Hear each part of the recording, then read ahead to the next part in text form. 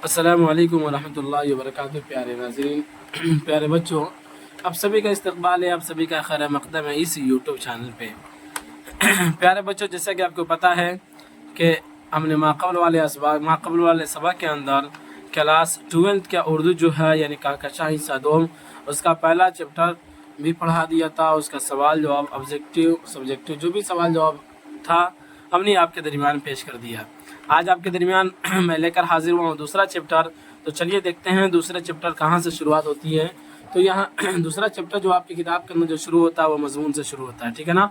फिर उसके बाद ख्वाजा हसन नज़ामी साहब हैं, फिर उसके बाद इनका लिखा हुआ एक तो मजमून मिट्टी का तेल है, वो आपके निसाब के अंदर जो दिया गया है उसको फिर पढ़ा जाएगा। तो सबसे पहले जो मजमून है उसको पढ़ने से पहले ये तो हम देख लेते हैं कि भाई मजमून क्या होता है, मजमून किस चिड़िया का नाम है, ठीक है ना। तो उसको हम लोग पढ़ लेते हैं। तो चलिए शुरू करते हैं। शुरू करने से पहले आपसे एक छोटा सा दरख्वास्त है कि अगर आप इस चैनल पर नए आए हो तो चैनल को सब्सक्राइब कर दें और शेयर कर दें दूसरों तक, ठीक है ना, और लाइक करना ना भूलें, ठीक है ना। चलिए शुरू करते हैं।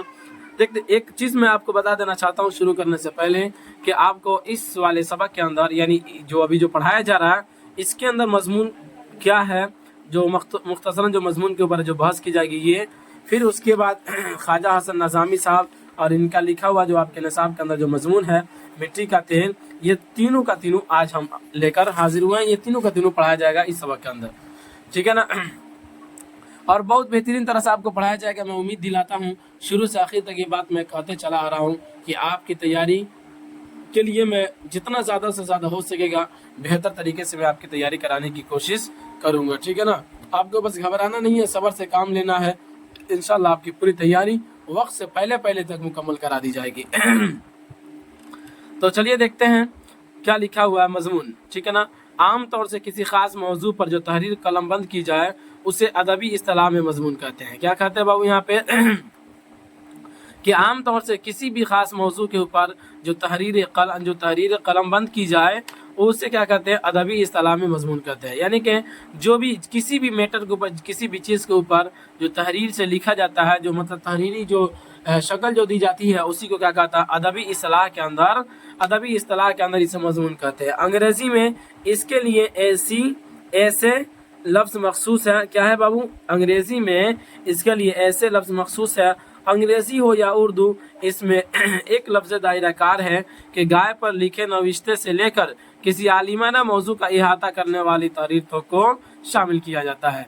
यानी यहाँ पर ये बताया गया बाबू इसके अंदर कि मजमून जो होता है ना वो किसी भी चीज़ के ऊपर लिखा जा सकता है। आरी बात समझ में, इन तमाम का खुलासा यहाँ पर ये पेश किया कि इस एक लफ्ज़ के दायरा कार में, यानी ऐसे जो है ना एक लफ्ज़ है ना यानी मजमून, इस लफ्ज़ के दायरे कार में लिखे नविश्ते से लेकर किसी भी आलिमाना यानी कोई भी किसी चीज़ के ऊपर लिख रहे हैं, एक मामूली से मामूली चीज़ के ऊपर भी अगर आप मजमून लिख रहे हैं तो वो भी क्या होगा, वो मजमून कहलाएगा, ठीक है ना। उसी को कहा कि एक लफ्ज़ के दायरे कार में गाय पर लिखे नविश्ते से लेकर किसी आलिमाना मौजू का इहाता करने वाली तहरीक तक को शामिल किया जाता है।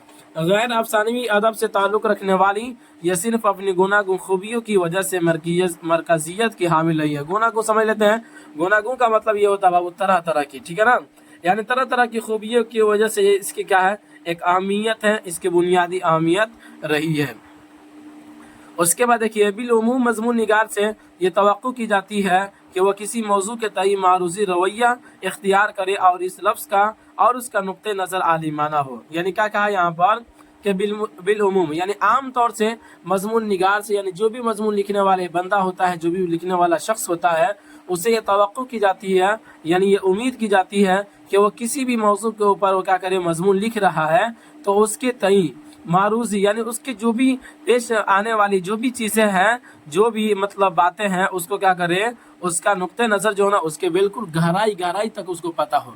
यानी कि कह लीजिए कि जो भी मजमून निगार है वो जिस चीज़ के ऊपर मजमून लिख रहा है तो उसके अंदर उसकी जानकारी क्या है, बिल्कुल अच्छी तरह से होनी चाहिए। उसी को कहा कि उसका नुक्ते नज़र आलिमाना हो। यानी आलिमाना का मतलब क्या होता है, आलिम एक लफ्ज़ है, उसी से क्या ये आलिमाना यानी कि मालूम हो, जानकार हो, ठीक है ना, उसी को कहा यहाँ पर बिलउमूम मजमून निगार से तवक्को की जाती है कि वो किसी मौजू के तई मारूसी रवैये इख्तियार करे और इसका नुक्ते नज़र आलिमाना हो। मजमून के लिए ये भी ज़रूरी है कि लिखने वाला अपनी बातों को सिलसिलेवार तरीके से बयान करे और वो अपने मौजू के तमाम पहलुओं पर कादिर हो। हरी बात समझ में आगे बात यहाँ पर बाबू कि मजमून के लिखने के लिए ये भी ज़रूरी है कि लिखने वाला जो है ना अपनी बातों को सिलसिलेवार यानी सिलसिले के साथ तरीका जो भी उसका बयान करने का उम्दा तरीका हो सकते हैं तो तरीके से बयान करे और सिलसिलेवार बयान करे। ऐसा नहीं कि एक बात को यहाँ पर जिक्र किया और उसी के एक जुज को अगले सफ़ा में जिक्र कर रहा है, तो ये मजमून निगारी की क्या कहते हैं, इससे खूबसूरती नहीं बनती है। तो उसी को कहा कि लिखने वाला अपनी बातों को सिलसिलेवार तरीके से बयान करे और वो अपने मौजू के तमाम पहलुओं पर कादिर हो, यानी कि वो जो भी लिख रहा है, जो भी उसका उन्वान है, उसके तमाम पहलुओं के ऊपर वो कादिर हो, यानी उसके बारे में उसके पास नॉलेज होनी चाहिए। आगे बढ़े चलिए, कहा गया मजमून जो है, मजमून की मुतादद अक़साम है और अक्सर मौजू या अंदाज़ तहरीर की वजह से उन्हें अलग से पहचाना जाता है।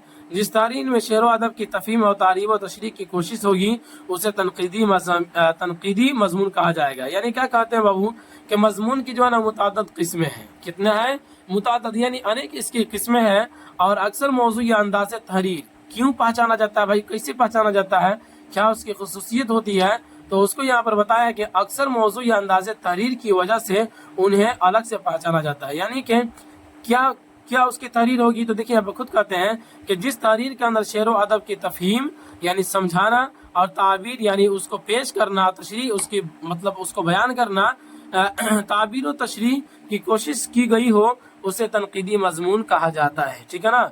जिस भी लफ्ज़ के अंदर कहते हैं जिस तहरीर के अंदर शेर व अदब की तफ़हीम हो और ताबीर व तशरीह की कोशिश की गई हो उसे क्या कहते हैं, तनक़ीदी मजमून कहा जाता है। आगे बढ़े, कोई दिक्कत? जिस तहरीर में लिखने वाले का नुक्ते नज़र इल्मी हो और तहरीर का अंदाज भी आलिमाना शान का हामिल हो तो उसे इल्मी मजमून कहा जाएगा। यानी जिस तहरीर के अंदर अगर लिखने नुक्ते नज़र जो इल्मी हो यानी कि बिल्कुल आलिमाना अंदाज हो और तहरीर का अंदाज भी आलिमाना शान का हामिल हो, मतलब वो बिल्कुल क्या वो इल्म के ऊपर वो हो, तो फिर क्या कहलाएगा, वो इल्मी मजमून कहलाएगा। आ रही बात समझ में? उसी को कहा कि जिस तहरीर में लिखने वाले का नुक्ते नज़र इल्मी हो और तहरीर का अंदाज भी आलिमाना शान का हामिल हो उसे इल्मी मजमून कहा जाएगा। जिस मजमून में लिखने वाला ज़रीफ़ाना रुख इख्तियार करे उसे ज़रीफ़ाना मजमून कहा जाएगा। जिस तहरीर का अंदाज ज़ाती या निजी हो और बयान की शगुफ्तगी भी कायम रहे उसे इंशाइया कहा जाएगा। आरी बात समझ में? क्या कहा? जिस तहरीर का अंदाज ज़ाती या निजी हो और बयान की शगुफ्तगी भी कायम हो उसे इंशाइया कहा जाएगा, यानी इंशाइया मजमून कहा जाएगा। आगे कहते हैं कि गैर अफसानवी नसर में मजमून नवीसी की अहमियत इस वजह से भी कायम हुई है क्योंकि इसका दायरा कार निहायत वसी रहा है। यानी कि गैर अफसानवी नसर के अंदर बतलाते हैं कि मजमून नवीसी की अहमियत इस वजह से भी कायम रही है कि इसका दायरा जो है ना वो बहुत ज़्यादा वसी है कि नहीं। इसका काम करने का मतलब इसका लिखने का जो एक है ना एरिया वो बहुत ज़्यादा महदूद नहीं है, वो काफ़ी लंबा चौड़ा है। उसी को कहा कि इसका दायरा कार निहायत वसी रहा है। सर सैयद तहरीक के ज़माने से ही ऐसी तहरीरों के लिए एक मुवाफिक माहौल कायम हुआ। यानी कि सर सैयद साहब जो थे वो यही क्या इसके बानी माने जाते हैं कि सर सैयद तहरीक जो चला था तो उन्हीं के ज़माने में यानी सर सैयद साहब के ज़माने में मजमून को आगे बढ़ाने के लिए एक माहौल को भी एक मुवाफिक जो माहौल होना चाहिए उसको भी कायम किया गया था। सर सैयद के मज़ामीन उनके ज़माने में मजमून नवीसी के मॉडल की तरह देखे जाते थे। हाली और शिबली से लेकर मेहदी फ़ादी तक हर अदीब ने ऐसे मज़ामीन लिखे। ज़राफ़त निगारों ने ज़रीफ़ाना मज़ामीन का एक तवील सिलसिला कायम किया। सहाफ़ती और दीगर कारोबारी ज़रूरतों से भी मजमून नवीसी के फ़न को इस्तेहकाम हुआ। हालात और ज़रूरत के तहत इस सिन्फ की नई किस्में बनती रही। यानी कहते हैं सहाफ़ती और दीगर कारोबारी सहाफ़त हुआ, जैसे कि कहते हैं पेपर वगैरह जो होता है ना उसी को सहाफ़त से ताबीर करते हैं। ठीक है ना। दूसरी बात यहाँ पे क्या कहा कि बाबू देखिए यहाँ पे कि सर सैयद के मज़ामीन उनके ज़माने में मजमून नवीसी के मॉडल की तरह देखे जाते थे। जाहिर सी बात है कि सर सैयद के जो भी मज़ामीन थे ना, तो वो एक ना होता है कि एक रहनुमा लोग जो होते हैं ना, तो यही सर सैयद साहब जो भी मजमून लिखकर चले गए थे, तो गोया कि इनका लिखा हुआ मजमून जो था ना बाकी लोगों के लिए एक मिसाल था। तो उसी को यहाँ पे कहा कि मजमून नवेसी के मॉडल की तरह देखे जाते थे। हाली और शिबली से लेकर मेहदी अफादी तक हर अदीब ने ऐसे मज़ामीन लिखे, ठीक है ना। यानी कि हाली और शिबली से लेकर मेहदी अफादी तक के जितने भी लोग शेर व शायरी की दुनिया में आए, उन्होंने क्या किया बाबू, मज़ामीन लिखे। उसके बाद कहते हैं ज़राफ़त निगारों ने ज़रीफ़ाना मज़ामीन का एक तवील सिलसिला कायम किया और सहाफ़ती और दीगर कारोबारी ज़रूरतों से भी मजमून नवीसी के फ़न को इस्तेकाम हासिल हुआ। हालात और ज़रूरत के तहत इस सिल्फ की नई नई किस्में बनती रही। यानी जिस तरह से हालात हुई, जिस तरह से हालात बनी, जिस चीज़ की ज़रूरत पड़ी, उस तरह से फिर मजमून की नई नई किस्में बनती रही, ठीक है ना। चलिए अब आगे देखते हैं। ख्वाजा हसन नज़ामी, ठीक है ना, कौन थे? इनका लिखा हुआ आपके निसाब के अंदर जो मजमून है ये मिट्टी का तेल, ठीक है ना, तो इसको पढ़ेंगे, इसके बाद देख लेते हैं। देखते हैं ख्वाजा हसन नज़ामी हज़रत सैयद बदरुद्दीन इसहाक की औलाद में है। कौन है बाबू? ख्वाजा हसन नज़ामी साहब जो किसके औलाद में से है? हज़रत सैयद बदरुद्दीन इसहाक की औलाद में से है। किनके? हज़रत सैयद बदरुद्दीन इसहाक की औलाद में है। हज़रत इसहाक हज़रत बाबा फरीदुद्दीन मसूदगंज शकर के मुमताज़ खलीफा। कौन? हज़रत इसहाक हज़रत बाबा फरीदुद्दीन मसूद शकरगंज के मुमताज़ खलीफा, दामाद और खादिम खास थे। कौन? हज़रत इसहाक साहब, ठीक है ना। बाबा फरीदुद्दीन मसूदगंज शकर के मुमताज़ खलीफा, दामाद और खादिम खास थे, यानी इनके खलीफा थे और ये गोया कि ये मूरी साहब थे और इनके पीर थे। हज़रत निज़ामुद्दीन औलिया की रूहानी तरबियत में इनका अहम हिस्सा था। यानी कि इनका हज़रत बाबा फरीदुद्दीन साहब जो थे ना, इनका अहम हिस्सा था हज़रत निज़ामुद्दीन औलिया की रूहानी तरबियत के अंदर। उसके बाद कहते हैं बाबू कि हज़रत ख्वाजा हसन नज़ामी की पैदाइश दिसंबर 1878 ईस्वी में अंदरून कोट बस्ती हज़रत निज़ामुद्दीन औलिया में हुई, जो उनका आबाई मकान था। यानी कि इनकी जो पैदाइश होती है, किन की? ख्वाजा हसन नज़ामी की जो पैदाइश होती है वो कहाँ हुई थी? हज़रत निज़ामुद्दीन औलिया की मकान में, क्या कहते हैं, औलिया का अंदरून कोट बस्ती हज़रत निज़ामुद्दीन औलिया में हुई, जो उनका आबाई मकान था। वालिदैन ने इनका नाम कासिम अली रखा, लेकिन उनके मामू ने उन्हें अली हसन कहकर पुकारते थे। अल्लामा इकबाल ने इन्हें ख्वाजा हसन नज़ामी लिखना शुरू किया और ये इसी नाम से मशहूर हुए। यानी ख्वाजा हसन नज़ामी साहब जो थे, इनके वालिदैन साहब जो थे, इनका नाम असल क्या रखे थे? कासिम अली रखे थे, लेकिन इनके मामू साहब जो थे उन्हें अली हसन कहकर पुकारते थे। और अल्लामा इकबाल साहब, ये तो सब जानते हैं इनको, तो ये इन्हें ख्वाजा हसन नज़ामी लिखना शुरू किया और ये इसी नाम से मशहूर भी हुए और आज आपके निसाब के अंदर इसी नाम से इनका लिखा भी हुआ है, ठीक है ना। क्या कहते हैं? ख्वाजा साहब के वालिद का नाम सैयद आशिक अली नज़ामी था। वालिदा सैयद चहेती बेगम थी। ख्वाजा हसन अभी कम सिन थे कि उनके वालिदैन का इंतकाल हो गया। इनके बड़े भाई सैयद हसन अली शाह ने इनकी कफ़ालत की। क्या कहा? इनके बड़े भाई सैयद अली शाह ने इनकी कफ़ालत की। देखिए अभी तक जितने लोगों की दास्तान पढ़ाई जा रही है, 11th क्लास के अंदर भी उन्हें पढ़ाया, तो 10th क्लास के अंदर भी पढ़ाया जा रहा है। आप शुरू से उर्दू पढ़ रहे 10th क्लास से। इसमें जिन जिन लोगों का यहाँ पे दास्तान, जिन लोगों के ज़िंदगी के हालात के बारे में कुछ दिया गया है, तो उसमें ज़्यादातर आप लोगों को ऐसा ही दिखने को मिलेगा कि उनके वालिदैन दुनिया ही में चल बसे, ठीक है ना।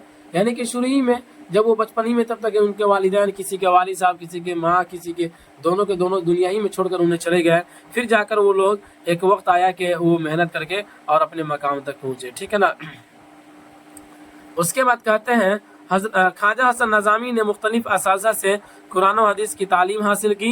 18 बरस की उम्र में अपने चचा की लड़की सैयद हबीब बानो से निकाह हुआ, ठीक है ना।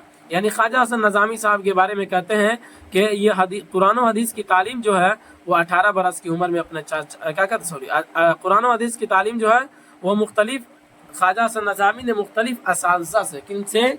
मुख्तलिफ असातिज़ा से, यानी मुख्तलिफ टीचरों से इन्होंने कुरान और हदीस की तालीम हासिल की थी। जब ये 18 बरस की उम्र में हुए तो अपने चचा की लड़की सैयद हबीब बानो से इनका निकाह हुआ।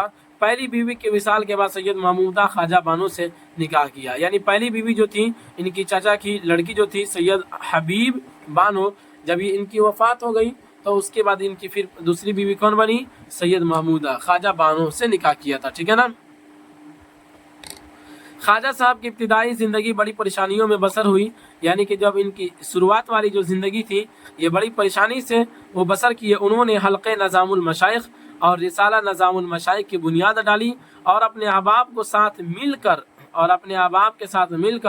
दरगाहों और खनकाहों का इस्लाह का बेड़ा उठाया। यानी कि इन्होंने क्या कहते हैं, इन्होंने हल्क़े नज़ामुल मशाइख़ और रिसाला नज़ामुल मशाइख़ की बुनियाद डाली और अपने अहबाब के साथ मिलकर दरगाहों और खनकाहों की इस्लाह का बेड़ा उठाया। इस सिलसिले में उन्होंने बहुत तकलीफ़ें उठाई और मुखालफत बर्दाश्त की। उन्होंने मुख्तलिफ हिंदू तीर्थ स्थानों की भी यात्रा की और हिंदू साधुओं से फ़लसफ़ा वेदांत सीखा। यानी कहते हैं ना कि ये ख्वाजा साहब जो थे ना, तो ये क्या कहते हैं, रिसाला जिनका नाम क्या रखा, नज़ामुल मशाइख़, और उसके बाद इन्होंने एक हल्का कायम किया था जिनका नाम इन्होंने लिखा था नज़ामुल मशाइख़ रखा था। फिर उसके बाद ये अपने अहबाब के साथ मिलकर दरगाह और खनकाहों की इस्लाह खनका कायम किए। खनका के बारे में आप जानते हैं, खनका वो होता है जहाँ पे लोगों की इस्लाह की बातें की जाती है, ठीक है ना। तो इन्होंने खनका कायम किया और उसके बाद कुछ साथियों के साथ मिलकर ये कायम किए। उसके बाद कहते हैं जब ये खनका कायम किए तो इनको बहुत सारी तकलीफ़ों का सामना करना पड़ा और बहुत सारी मुखालिफत बर्दाश्त करनी पड़ी। यानी जाहिर सी बात है, दुनिया का भी निज़ाम है कि जब भी आप किसी काम का आगाज़ करेंगे, शुरुआत करेंगे, तो आपको बहुत सारी परेशानियों से गुजरना पड़ेगा। अगर उन परेशानियों से अगर आप घबरा जाते हैं, परेशान हो जाते हैं, परेशान होकर छोड़ देते हैं, तो फिर वहाँ से आप नाकाम हो जाते हैं। और नहीं, अगर उससे लड़ते रहते हैं तो एक न एक दिन उसके अंदर कामयाबी मिल कर ही रहती है। तो उसी को यहाँ पर कहा कि जब ये क्या कहते हैं, खनका और दरगाहों का जब ये कायम किए तो बहुत सारी मुसीबतों का इन्हें सामना करना पड़ा। बहुत सारे लोगों ने इनकी मुखालफत की और उसके बाद सारी मुखालफतों को बर्दाश्त करके और सारी तकलीफ़ों को बर्दाश्त करके फिर ये क्या हुए, अपने मंजिल तक पहुँचे। आगे देखते हैं, ख्वाजा हसन नज़ामी ने 200 से ज़्यादा किताबें लिखी। कितनी किताबें लिखी थी? 200 से ज़्यादा। अल्लाह अकबर। चलिए, ख्वाजा हसन नज़ामी ने 200 से ज़्यादा किताबें लिखी और हर जगह ज़बान निहायत सादा इस्तेमाल की। यानी ख्वाजा साहब जो थे ये 200 से ज़्यादा किताबें लिखे थे और हर जगह निहायत ज़बान जो बयान करने का जो तरीका होता है ना, वो निहायत ही आसान तरीका वो इस्तेमाल किए थे ताकि हर एक को उनकी बातें समझ में आ जाए। उर्दू के अंदर क्या है कि अगर लुग़त से भरपूर अगर बात कर लिया जाए अपने लफ्ज़ के अंदर, तो अपने तकल्लुम के अंदर अगर लुग़त का इस्तेमाल ज़्यादातर किया जाए तो लोगों को, अक्सर बेशतर लोगों को बातें समझ में नहीं आती है, ठीक है ना। तो जितना ज़्यादा से ज़्यादा हो सके अपनी बात को फैलाने में आप आम ज़बान का इस्तेमाल कीजिए, सहज ज़बान का इस्तेमाल कीजिए, ये सबसे बेहतर होता है। सहाफ़ी की हैसियत से भी उन्होंने बड़ा नाम पैदा किया। यानी कि अखबार वगैरह लिखने के अंदर भी ये इन्होंने क्या किया, बड़ा नाम पैदा किए थे। रोज़नामचे और कलमी चेहरे तो एक तरह से उनकी ईजाद है। रोज़नामचे और कलमी चेहरे तो एक तरह से उनकी ईजाद है। 1857 ईस्वी से मुतालिक उनकी किताबें पढ़िए तो दिल तड़प उठता है। यानी 1857 ईस्वी में आप तो जानती ही हैं कि 1857 ईस्वी के अंदर क्या हुआ था, जो लड़ाइयाँ जो हुई थी, जो जंग अजीम हुआ था, उसके अंदर बहुत सारे लोगों की जाने गई थी। तो बहरहाल उसके मुतालिक ये किताबें लिखे थे, उस पर ये किताबें लिखे। तो कहते हैं कि उनके मुतालिक जो किताबें लिखी थी, अगर उसको पढ़ा जाए तो दिल तड़प उठेगा। उन्होंने श्री कृष्ण पर भी ज़ख़ीम किताब लिखी। यानी श्री कृष्ण ये हिंदुओं का क्या, ये सभ्यता लोग हैं, तो इन्होंने यानी ख्वाजा हसन साहब जो थे श्री कृष्ण पर भी ज़ख़ीम किताब लिखी। हज़रत नज़ामुद्दीन औलिया के सवाने नज़ाम बंसरी के नाम से तरतीब दी। से पारे दिल उनकी इंशा परदाजी का अहम नमूना है। उसके बाद कहते हैं कि 31 जुलाई 1955 ईस्वी को इनका इंतकाल हुआ। उन्होंने अपनी कब्र बस्ती हज़रत नज़ामुद्दीन औलिया में 50 बरस कब्ल ही तैयार करा ली थी, इसी में दफन हुए थे, ठीक है ना। इस तरह से ख्वाजा हसन साहब की ज़िंदगी के बारे में कुछ और इनकी कुछ अहम बातों को यहाँ पे जिक्र किया। चलिए अब इनका लिखा हुआ जो आपके निसाब के अंदर जो मजमून शामिल है मिट्टी का तेल, उसको पढ़ लेते हैं। खाकसाराने, सबसे पहले वहाँ पे देख लीजिए ख्वाजा हसन नज़ामी साहब, ये मजमून है इन्हीं का लिखा हुआ मिट्टी का तेल जो आपके निसाब के अंदर शामिल है। ये एक शेर से शुरू करते हैं जो फारसी का शेर है।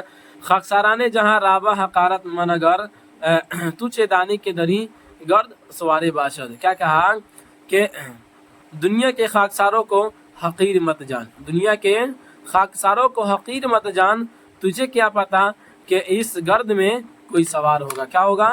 تجھے کیا پتا کہ اس غبار میں کوئی سوار ہوگا۔ یعنی کسی کو حقیر نہیں جاننا چاہیے، ہے کہ نہیں؟ آپ کے سامنے جتنی چھوٹی سے چھوٹی چیز بھی ہو، یعنی کہ جو بھی چیزیں ہو، اس کو حقارت کی نظر سے نہیں دیکھنا چاہیے۔ اس سے تو یہی پیغام ملتا ہے، وہ کچھ بھی ہو، کچھ بھی کیوں نہ ہو۔ کہتے ہیں نا کہ آگ جلانے کے لیے ایک ماچس کا ایک تلنی ہی کام آتا ہے اور اسی سے آگ لگائی جاتی ہے، ٹھیک ہے نا۔ بڑے سے بڑے محل جلانے کے لیے ایک چھوٹی چیز کی ضرورت پڑتی ہے، اس سے بھی بڑا سے بڑا محل جلایا جا سکتا ہے۔ تو دیکھنے میں تو اتنی چھوٹی چیز ہوتی ہے، لیکن اگر اس کا کام در حقیقت دیکھا جائے تو اس سے کچھ بھی جلایا جا سکتا ہے، کچھ بھی تہس نہس کیا جا سکتا ہے۔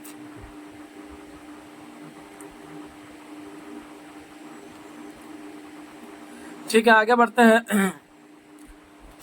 اللہ میاں نے اس دنیا میں کوئی چیز ایسی نہیں پیدا کی جو بیکار ہو یا حقیر و ذلیل سمجھی جا سکے۔ کیا کہا بابو؟ کہ اللہ تعالیٰ جو ہے نا اس دنیا کے اندر کوئی ایسی چیز نہیں پیدا کی ہے جو بیکار ہو یا حقیر و ذلیل سمجھی جا سکتے۔ یعنی کہ حالانکہ دنیا کے اندر آپ جتنی بھی چیزوں کو دیکھیے گا نا تو کوئی ایسی چیزیں نہیں ہیں جس کے پیچھے جس کو پیدا کرنے کا مقصد اللہ رب العزت کا کچھ نہیں ہے۔ جس کو بھی اللہ رب العزت نے پیدا کیا ہے، جس چیز کو بھی بنایا ہے، اس کے پیچھے کوئی نہ کوئی مقصد ضرور ہے جو چھپا ہوا ہے، بھلے ہم کو سمجھ میں آئے یا نہ آئے یہ الگ کی بات ہے، لیکن جو بھی چیزیں اس دنیا کے اندر پیدا کی گئی اللہ نے بنایا ہے ان سب کا کوئی نہ کوئی مقصد ہے۔ اسی کو یہاں پہ کہتے ہیں اللہ میاں نے اس دنیا میں کوئی چیز ایسی نہیں پیدا کی جو بیکار ہو یا حقیر و ذلیل سمجھی جا سکے۔ لیکن یہاں تو مسئلہ الٹا ہو جاتا ہے، انسان ہی انسان کو گالی دینا شروع کر دیتا ہے، وہی انسان ہی ایک کیا کرتا ہے، دوسرے کی غیبت کرنا شروع کر دیتا ہے اور اپنے وقت کو دوسرے کی غیبت گوئی میں لگا کر اپنے وقت کو خراب کر لیتا ہے۔ حالانکہ آپ دیکھیے اس کتاب کے اندر کتنی اچھی باتیں کہی ہے انہوں نے کہ اللہ تعالیٰ کوئی چیز کو بیکار نہیں پیدا کی ہے اور کسی کو حقیر اور ذلیل سمجھنا بھی نہیں چاہیے۔ حالانکہ یہاں تو لوگ انسانی کو حقیر اور ذلیل سمجھنا شروع کر دیتا ہے۔ یہ سب غلط باتیں ہیں، یہ سب نہیں سوچنے چاہیے، ہے کہ نہیں؟ جب آپ قرآن حدیث پڑھیے گا تو وہاں سے آپ کا ذہن بالکل بدل جائے گا، وہاں سے آپ کا خیالات ہی بدل جائے گا، چونکہ قرآن و حدیث میں انسان کے متعلق اور بھی انسان کے زندگی کے حوالے کے متعلق کیا چیزیں لکھی گئی ہیں، یعنی کہ کس کو کیا کہنا ہے، نہیں کہنا ہے، کس کو اچھا کہنا ہے، کس کو برا کہنا ہے، یہ آپ کو ادھیکار نہیں دیا گیا، یہ مالک کا مسئلہ ہے۔ جو غلط ہے اس کا فیصلہ اللہ تعالیٰ کریں گے، جو اچھا ہے اس کا فیصلہ اللہ تعالیٰ کریں گے۔ ہم کو کسی کے چکر میں پڑنے کی کیا ضرورت ہے، ہمیں اپنے کام سے مطلب ہے، اپنا کام کرتے رہیں، ہے کہ نہیں؟ کہا جاتا ہے نا جب آپ کسی کو فائدہ نہیں پہنچا سکتے ہیں تو کسی کو تکلیف بھی مت دیجیے۔ چلیے آگے بڑھے، کوئی دقت؟ چار عنصر آگ ہوا پانی خاک میں سب سے زیادہ بے حقیقت خاک ہے، یعنی کہ چار عنصر ہے آگ ہوا پانی، ٹھیک ہے نا، آگ ہوا پانی اور خاک، ٹھیک ہے نا، یہ چار عنصر ہوا تو ان میں کیا ہوا تو ان چاروں میں سب سے زیادہ بے حقیقت خاک ہے۔ خاک کا مطلب ہوتا ہے مٹی بابو، جو تمام مخلوقات کے پانوں میں روندی جاتی ہے، پانی کے زور سے ساتھ بہ جاتی ہے، ہوا کے جھونکے سے اڑ جاتی ہے اور آگ کے تمازن سے جلا کرتی ہے مگر اف نہیں کرتی۔ یعنی کہتا ہے نا یہ چار عنصر جو اللہ تعالیٰ نے جو یہ پیدا کیے ہیں ان میں سب سے حقیر دیکھا جائے اور سب سے بے حقیقت دیکھا جائے تو کیا ہے بابو؟ خاک ہے۔ لیکن اس کے ساتھ اتنی بھی چیزیں ہوتی ہے کہ اگر ہوا ہے تو ہوا مٹی کو اٹھا کر کہیں دوسری جگہ پھینک دیتی ہے، پھر اس کے بعد کیا ہوتا ہے کہ اس کے اوپر انسان چلتا اپنے پاؤں سے روندتے ہوئے اس کو چلتا ہے، لیکن اس کے باوجود بھی یہ اف تک نہیں کرتی ہے۔ دیکھنے میں تو اس کی بیچارگی اور ذلت پر ترس آتا ہے، لیکن خود اس سے سوال کیا جائے تو خدا کا لاکھ لاکھ شکر کرے گی کہ میری شان سب سے بڑی اور نرالی بنائی۔ کیا ہے کہ در حقیقت اس کو اگر دیکھا جائے تو پھر اسے یہ سمجھ میں آتا ہے کہ اس کے اوپر ترس آتا ہے، لیکن اگر اسے سوال کیا جائے نا تو یہ خود میں کیا ہے خدا کا لاکھ لاکھ شکر ادا کرتی ہے اور کہتی ہے کہ میری شان جو ہے نا وہ سب سے بڑی اور سب سے نرالی ہے، یعنی کہ اللہ تعالیٰ نے مجھے بہت بہتر اور اچھا بنایا ہے۔ اس کے بعد کہتے ہیں ہر خمیر، کیا بابو؟ ہر چیز کا خمیر میرے وجود سے تیار کیا، خاص کر انسان جو اشرف المخلوقات ہے مجھ سے پیدا ہوتا ہے اور مجھے میں فنا ہوتا ہے۔ یعنی کہ زمین کی یہ پکار ہے، زمین خود کہتی ہے کہ اللہ تبارک و تعالیٰ نے میرے وجود سے کیا کیا ہے؟ ہر چیز کا خمیر پیدا کیا، یعنی جو چیز بنایا ہے نا تو وہ میرے وجود سے بنایا ہے، خاص کر खास कर यहाँ पर जिक्र किया कि इंसान को, जैसे कि आप जानते हैं कि इंसान जो है ना, इंसान की जो पैदाइश होती है, इंसान को अल्लाह रब्बुल इज्जत ने जो बनाया है ना, वो किससे बनाया बाबू? मिट्टी ही से बनाया है, जो अशरफुल मखलूकात कहलाती है। मुझी से पैदा किया और मुझी में फना भी हो जाता है, यानी कि जब इंसान मर जाता है, जब आदमी मर जाता है तो कहाँ? वो जमीन के अंदर ही चला जाता है, ठीक है ना। उसी को ये कहा कि हर चीज का खमीर मेरे वजूद से तैयार किया, खास कर इंसान जो अशरफुल मखलूकात है, मुझसे पैदा होता और मुझी में फना हो जाता है। इस नाचीज खाक की तह में वो नायाब खजाने कुदरत के दबे हुए हैं, जिनको काम में लाकर इंसान आदमी कहलाता है, ठीक है ना। यानी कि कहते हैं ना कि इस खाक को जो कमजोर, कमतर, जो हकीर समझा जाता है ना, इसके अंदर कुदरत का वो खजाना छुपा हुआ है जिसको इंसान काम में ला लेता है, तो वही क्या कहलाता है बाबू? आदमी कहलाता है। वरना जानवरों की तरह जिंदगी बसर करता, क्या करता? जानवरों की तरह जिंदगी बसर करता। खैर, और चीजें तो अपनी जगह है। मिट्टी के बाज टुकड़ों की तह में एक किस्म का चिकना बदबूदार पानी होता है, ठीक है ना। मिट्टी के बाज टुकड़ों की तह में एक किस्म का चिकना बदबूदार पानी होता है, जिसको लोग मिट्टी का तेल कहते हैं। असल आरी भाषा में देख रहे हैं ना कि मिट्टी के तेल के ऊपर जो ये मजमून लिखे हैं, तो ये कितनी अच्छी तरह से इसको संवारे हैं। डायरेक्ट मिट्टी का तेल ही से बयान करना नहीं शुरू कर दिए, बल्कि कुछ जमीन की हकीकत को बयान किया, और फिर जमीन की हकीकत के अंदर जमीन के नायाब जो खजाना जो छुपा हुआ है, जो अल्लाह तबारक व तआला छुपाए हुए हैं कुदरत का, तो उसको पहले जिक्र कर दिया साहिब किताब ने। उसके बाद फिर मिट्टी का तेल को यहाँ पे जिक्र किया। आप जानते हैं कि अल्लाह ताला ने जमीनी में से क्या करते हैं, मिट्टी का तेल भी निकलता है, और पेट्रोल वगैरह भी जमीन ही से निकलता है, जैसा कि आपको पता भी है। उसी को साहिब किताब ने लिखा है बाबू कि मिट्टी के बाज टुकड़ों की तह में एक किस्म का चिकना बदबूदार पानी होता है, जिसको लोग मिट्टी का तेल कहते हैं, ठीक है ना। मुकाबला करके देखो तो चमेली का तेल, मोतिया का तेल अपनी खुशबू के सबब इस बदबूदार तेल से लाख दर्जे बेहतर है। यानी कि अगर इसको, यानी मिट्टी के तेल से अगर कॉम्प्रोमाइज किया जाए, ये किसका? चमेली का तेल है और मोतिया का तेल है, तो ये सब ऐसा है, खुशबूदार ये सब तेल है, ठीक है ना। और मिट्टी का तेल जो है वो बदबूदार है, लेकिन तो उसी को यहाँ पे कहा कि सब इस बदबूदार तेल से लाख दर्जे बेहतर है। यानी कि मिट्टी का तेल से ये सब के सब तेल जो है वो लाख दर्जा बेहतर है। बड़े बड़े खूबसूरत और नाजुक दिमाग लोग चमेली वगैरह के तेल को सर पे चढ़ाए रखते हैं।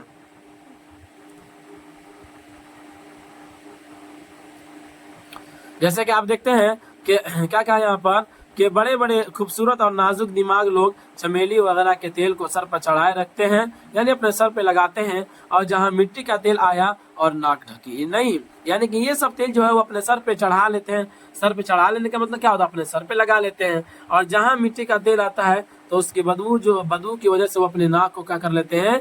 ढक लेते हैं। आ रही बात समझ में? मगर जरूरत के लिहाज से ये गंदा साड़ा पानी तमाम तेलों से बढ़ चढ़ कर है।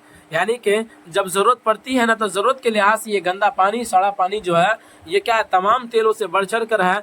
आजकल तमाम दुनिया में इसी के दम से उजाला है। जैसा कि आप जानते हैं आज ना, मतलब इस जमाने के अंदर जो आप देखते हैं, इतनी टेक्नोलॉजी आम हो गई है, जहाँ पे अल्लाह ताला ने इंसानों को ऐसे ऐसे दिमागे दे दी जिससे वो लाखों नहीं अरबों खरबों चीजें पैदा करने अपने जहन से, ठीक है ना। तो ये इनका कमाल नहीं है, ये दर हकीकत अल्लाह रब्बुल इज़्ज़त की है। ये कुदरत की एक निशानी है कि देखो कि जिसको अल्लाह रब्बुल इज़्ज़त ने दुनिया में इंसान को पैदा किया, जिसको अल्लाह रब्बुल इज़्ज़त ने बनाया, वो अगर इस तरह का कारीगर है, तो सोचो इस कारीगर को बनाने वाला कैसा होगा, ठीक है ना। यानी कहते हैं किसी भी चीज की बनावट को देखकर उसके कारीगर का अंदाजा लगाया जा सकता है कि वो कारीगर कितना बेहतर होगा। तो अल्लाह रब्बुल इज़्ज़त ने जो इतने ज़हीन और इतने अच्छे अच्छे लोगों को जो बनाया, इतने बड़े बड़े साइंसदान को सब बनाया है, तो जाहिर सी बात है हमारे रब की क्या पूछना भाई। आगे बात समझ में? तो उसी को यहाँ पर देखिए क्या कहा, यहाँ पर एक और चीज कहा कि मगर जरूरत के लिहाज से ये गंदा सड़ा पानी तमाम तेलों से बढ़ चढ़ कर है। आजकल तमाम दुनिया में इसी के दम से उजाला है। जैसे कि देखते हैं कि पहले जमाने में क्या होता था, मिट्टी के तेल से ही लोग अपनी मुताला करते थे और अपने घर को उजाला रखते थे और बहुत सारे कामों में इसको लाते थे। अगर गैस और बिजली की रोशनी ने अब मिट्टी के तेल को भी मात करना शुरू कर दिया है, ताहम इसका आलमगीर असर अभी तक बाकी है। यानी कहते हैं ना बाबू कि जब मिट्टी का बिजली की रोशनी आई और उसके बाद फिर क्या हुआ कि मिट्टी का तेल का यूज और इसकी जो इस्तेमाल जो है लोगों के दरमियान कम हो गया, लेकिन आज भी इसका दुनिया के अंदर इसका आज भी असर बाकी है। उसी को आगे देखिए क्या कहते हैं, मुतवस्सित दर्जा और अदना दर्जे के आदमी जो दुनिया में ज्यादा तादाद रखते हैं मिट्टी के तेल के सिवा और कुछ नहीं जला सकते।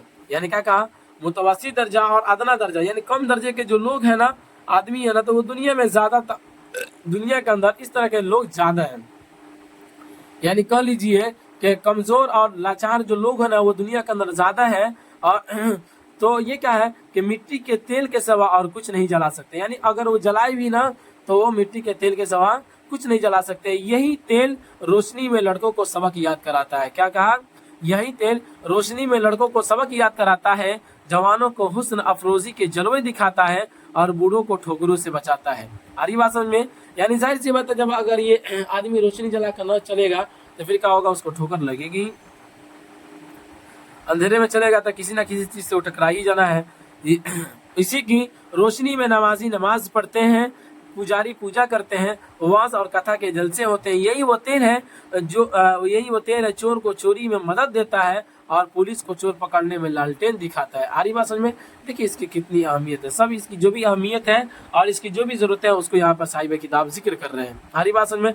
गम की रात में, जुदाई की रात में, जब मुनीसो गम गुसार पास न हो तो मिट्टी का तेल चलकर अपना वजूद फना कर देता है और इंसान का शरीके गम बनकर बाइसे तसल्ली होता है। क्या कहा, गम की रात में, जुदाई की रात में, जब मुनीसो गम गुसार पास न हो, यानी हमदर्द, ठीक है ना, तो मिट्टी का तेल जो है वो जलकर अपना वजूद फना कर देता है और इंसान का शरीके गम बनकर बाइसे तसल्ली होता है।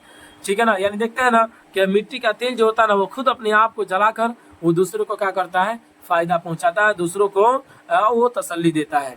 अमेरिका का रॉक फेलर इसी खाक के नीचे रहने वाले तेल की बदौलत लातादाद दौलत का मालिक है। यही तेल दूसरे मुल्क के हाथ में रहने के बाइस हिंदुस्तान की दौलत गैरों को बांट रहा है। यही तेल दुनिया के तमाम क्या कहते हैं गलों में काम आता है। यही वो चीज है जिसके बल पर दुनिया के मशहूर सवारी मोटर कार जमीन पर दौड़ती फिरती है। आ रही बात समझ में? चलिए आगे देखते हैं इसमें से क्या लिखा है। ए खाक नशी तेल, हमको तेरी ये अदा भाती है, जहां आग करीब आई और तू मुश्ताइल हुआ। खुदा की कुदरत है तुझ में ये सलाहियत है कि तू आन की आन में शोला जार बनकर मकबूल हो जाता है और इंसान की किस्मत के बरसत टुकड़े मारता है। पहाड़ों दरियाओं में सरगर्दा फिरता है मगर वो तजल्ली नसीब नहीं होती जो वजूद खाक की क्या कहते हैं, वजूद खाक की को जलाकर फना कर दे। यानी कहते हैं ना, यहाँ पर बताया, आगे देखते हैं, तू इतना बेगर्ज व बेताल्लुक क्यों है, तेरी रोशनी में शराबखोरी हो या इबादत इलाही, तुझे रोशनी देने से काम क्या तूने मुहतसिबी नहीं कर सकता जो लोगों को गुनाह से बचाए या कम से कम उनको गुनाह करने में मदद न दे। क्या तुझ में इतनी ताकत नहीं कि खुदा के नाफरमान इंसान को अपनी आतिशी तामचे से खबरदार कर दे। बेशक तुझ में सब ताकतें खुदा ने रखी है मगर तू अच्छी ताकतों को काम में लाता है जिससे किसी को तकलीफ या किसी के दिल आजारी न हो। अलबत्ता इंसान अपनी नेक कुव्वतों को भूल जाता है और बुरी ताकतों को काम में लाकर खुद तकलीफ उठाता और दूसरों को तकलीफ देता है। अगर वो तेरी सुलह कुल पॉलिसी पर अमल करे तो दुनिया में ऐसा ही अमन कायम हो जाए जिस तरह लैंप की रोशनी में सब लोग खुशी खुर्रमी से जिंदगी बसर करते हैं। मतलब यहाँ पर ये कहा बाबू कि इसके अंदर इतनी ताकत होने के बावजूद भी ये दूसरों को जलाकर, ये पहाड़ को और इसी तरीके से ज़मीन को जलाकर ये फना नहीं करती है मिट्टी का तेल, और किसी को ये तकलीफ नहीं पहुंचाती है इतनी ताकत होने के बावजूद भी। ठीक है ना। इसी तरह से यहाँ पर इंसान से इसको ताबीर किया गया, इंसान के बारे में बताया कि इंसान जो होता है कि इंसान के पास भी अल्लाह तबारक व तआला ने बेतहाशा क़ुव्वतें इनायत की है, लेकिन एक वो भी क़ुव्वत है जो अच्छी क़ुव्वत है, वो भी है जो बुरी कुव्वत है। दोनों ताकतें अल्लाह रब्बुल इज़्ज़त ने इंसान के अंदर रखी है, लेकिन इंसान जो अपने नेक जो कुव्वत है उसको भूल जाता है और बुरी कुव्वतों में लाकर खुद को, बुरी कुव्वतों में पढ़कर वो खुद को तकलीफ में झोंक देता है। ठीक है ना। जिसकी वजह से क्या होता है, खुद वो उसको तकलीफ का सामना करना पड़ता है।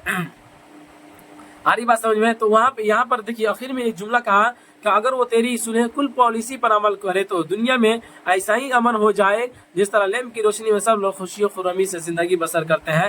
یعنی انسان اگر تجھے دیکھ کر اور تیرے ہی طرح اگر وہ کیا کر لے وہ بن جائے تو پھر کیا ہوگا, امن قائم ہو جائے گا. اور لیمپ کی روشنی میں جس طرح سے سارے لوگ فائدہ اٹھاتے ہیں اور فائدہ خوشی خرم سے رہتے ہیں, اسی طرح سے انسان بھی کیا ہوگا, خوشی خرم سے رہنے لگے گا. ٹھیک ہے نا, اپنی نیک قوتوں کو کام میں لا کر. لیکن یہاں تو انسان کیا ایک دوسرے کا خون کا پیاسا بنا ہوا ہے, ایک دوسرے کو تکلیف پہنچانے میں جہاں تک کسر باقی نہیں ہے وہاں تک وہ پہنچا ہوا ہے. ہر اپنی پوری طاقتوں کو لگا دیتا ہے انسان دوسروں کو تکلیف پہنچانے میں. یہ سب غلط بات ہے. اللہ رب العزت سے دعا کرنا چاہیے کہ اللہ رب العزت اس طرح کی غلط کاموں سے ہم لوگ کو بچانے کی توفیق عنایت فرمائے. تو چلیے آج کا سبق ہم یہیں پر رہنے دیتے ہیں. آپ یہاں تک آپ کا سبق ہو گیا مکمل. خواجہ حسن نظامی اور ان کا لکھا ہوا جو بھی ہے مٹی کا تیل مضمون جو ہے آپ کے نصاب کے اندر جو شامل تھا, یہ دوسرا چیپٹر تھا, یہ مکمل کرا دیا گیا. اب اس کے اندر جو بھی سوال اور جواب ہے یہ لفظ اور معنی ہے, اس کو آپ یاد کر لیجئے گا اور سوال جواب انشاءاللہ پھر ہم اگلے والے سبق میں آپ تک پیش کر دیں گے. آپ کو گھبرانے کی ضرورت نہیں ہے. اگلے والے سبق کے اندر اس کا سوال جواب اب تک ہم ضرور لے کر حاضر ہوں گے انشاءاللہ. کل پھر ملتے ہیں اگلے والے سبق میں. اسی پر اختتام کرتے ہیں. خدا حافظ.